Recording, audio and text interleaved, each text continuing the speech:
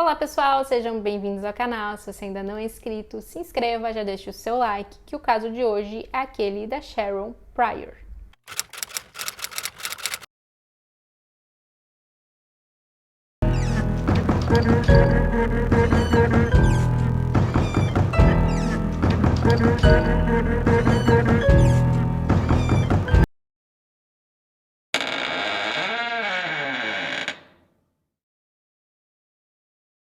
O caso que eu vou contar hoje ocorreu em 1975, em Montreal, no Canadá. Sharon Pryor nasceu no dia 9 de fevereiro de 1959, em Montreal, no Canadá. Ela é filha de Yvonne e George, e a Sharon é a filha mais velha. Ela tinha 3 irmãos, as gêmeas Maureen e Doreen, e o caçula chamado George Jr. Os pais da Sharon se divorciaram em 1965.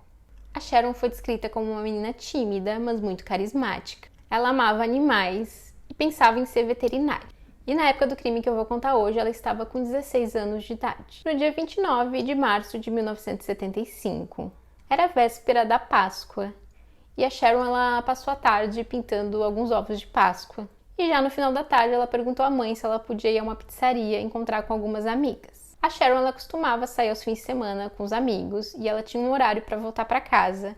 E ela costumava cumprir com esse horário. A mãe disse que ela era muito responsável e que quando ela se atrasava, ela sempre ligava para avisar a mãe. Bom, então a Yvonne permitiu que a Sharon fosse à pizzaria, então a menina saiu de casa por volta das 19 horas. A pizzaria ficava perto de casa, então ela foi caminhando até o local. Porém, ela não chegou à pizzaria. As amigas da Sharon imaginaram que ela tivesse mudado de ideia e tivesse ido com um namorado dela, chamado John, a um jogo de hóquei que estava tendo naquele dia. Porém, após o jogo terminar, o John, junto com outros amigos, apareceu lá na pizzaria e eles disseram que eles não tinham visto a Sharon naquele dia. E quando a Sharon não volta para casa no horário combinado, a Yvonne ela liga para as amigas dela e então descobre que a menina nem sequer tinha chegado à pizzaria. Ela percebe que havia algo errado e vai até a delegacia fazer uma denúncia de desaparecimento. De início, a polícia não dá muita importância. Eles tentam acalmar a mãe e dizem que é bastante comum que os jovens desapareçam por algumas horas, principalmente no fim de semana, mas que eles acabam retornando. Mas a Yvonne sabia que isso não era algo que a Sharon faria. E a Sharon fica sabendo que uma mulher tinha sido atacada por volta das 19 horas, numa rua próxima à pizzaria. Essa mulher era uma jovem de 23 anos chamada Cheryl, e a Cheryl contou que um homem que estava portando uma faca tentou sequestrá-la, mas ela conseguiu fugir. Ela então correu até um comércio local onde ela pediu ajuda. A polícia foi até o local, mas o homem já tinha fugido. E ao saber dessa informação, a Yvonne ficou ainda mais desesperada.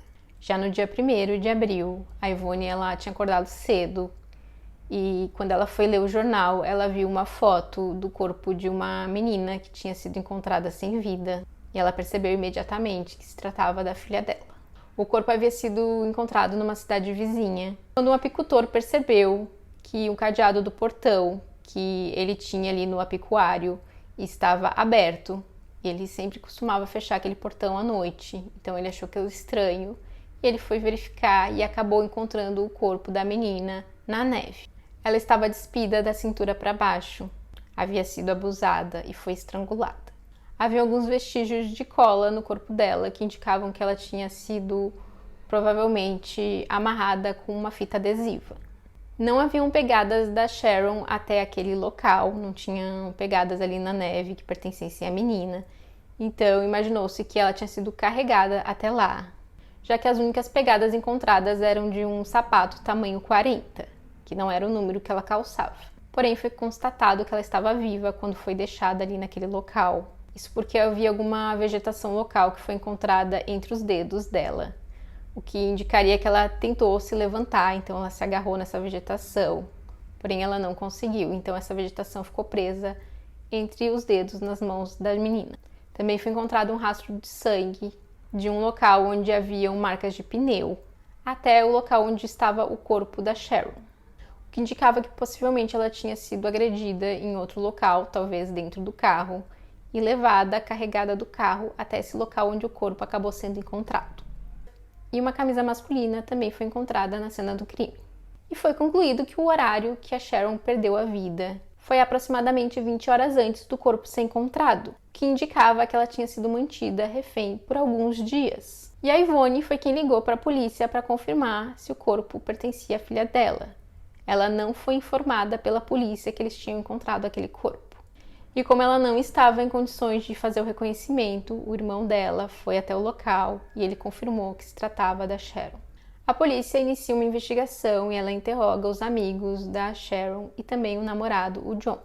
A polícia também conversa com alguns homens que eles consideravam como suspeitos, porém a investigação não tem grandes avanços. E o caso permaneceu sem solução por muitos anos, até que no ano 2000, com os avanços das tecnologias, eles conseguem coletar uma amostra de DNA encontrada nas roupas da menina.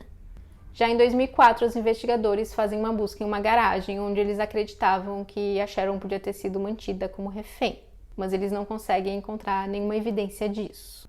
Já em 2019, o DNA encontrado nas roupas da Sharon foi enviado para um laboratório em Virgínia, nos Estados Unidos, onde eles, através de uma análise, conseguiram um fenótipo para esse DNA. Eles concluíram que o DNA pertencia a um homem de cabelos castanhos, olhos verdes e pele clara. E em junho de 2022, um laboratório em Montreal, no Canadá, analisou o cromossomo Y desse DNA e fez uma comparação com os DNAs que eles tinham em bases de dados. E eles chegam a um sobrenome. Esse sobrenome era Romine. Então, eles encontram um possível suspeito. Era Franklin Romine. O Franklin morou em Montreal nos anos 70 e ele tinha passagem pela polícia, incluindo por um abuso. Esse abuso tinha ocorrido na Virgínia Ocidental, nos Estados Unidos, e a vítima foi uma jovem de 23 anos que trabalhava como garçonete. O Franklin teria a chamado para sair, mas ela teria o rejeitado. Então ele acabou por invadir a casa dela, abusou dela, enquanto o filho dela de 4 anos estava dormindo no quarto ao lado. E o carro, que era registrado no nome do Franklin na época do crime, tinha pneus correspondentes com aquelas marcas de pneu encontradas na cena do crime, no caso da Sharon. O Franklin, que tinha nascido na Virgínia Ocidental, ele perdeu a vida em 1982. Então, os irmãos do Franklin, que acreditavam que ele podia ser o criminoso responsável por ter tirado a vida da Sharon, aceitaram dar uma amostra do DNA deles. E os resultados mostravam que havia grandes chances de o Franklin ser realmente o criminoso. Então, com isso, os investigadores eles pedem a exumação do corpo do Franklin para poder confirmar se o Franklin era mesmo o criminoso responsável por ter tirado a vida da Sharon. Porém, por motivos religiosos, a família foi contra essa decisão. Mas a justiça acabou decidindo a favor da exumação do corpo. Então, dessa forma, esse ano, em 2023, foi possível confirmar que o Franklin foi o culpado por ter abusado e tirado a vida da Sharon. E aquele caso de abuso contra a garçonete ocorreu antes do crime contra a Sharon. E apesar da jovem ter conseguido informar a polícia do nome do seu agressor e dele ter sido detido pela polícia, ele pagou a fiança e então ele fugiu para o Canadá. Foi então que ele cometeu o crime contra a Sharon. E 6 meses após o crime contra a Sharon, ele foi encontrado e então extraditado para os Estados Unidos para o julgamento do caso desse abuso contra essa garçonete. E apesar de que naquela época era extremamente raro condenações por abuso, principalmente porque ainda não contavam com as tecnologias de DNA, que muitas vezes servem como uma evidência forte nesses casos, o Franklin ele foi considerado culpado de abuso. Ele foi preso e ele cumpriu pena até 1981. Um ano depois, quando ele já tinha sido libertado, ele perdeu a vida.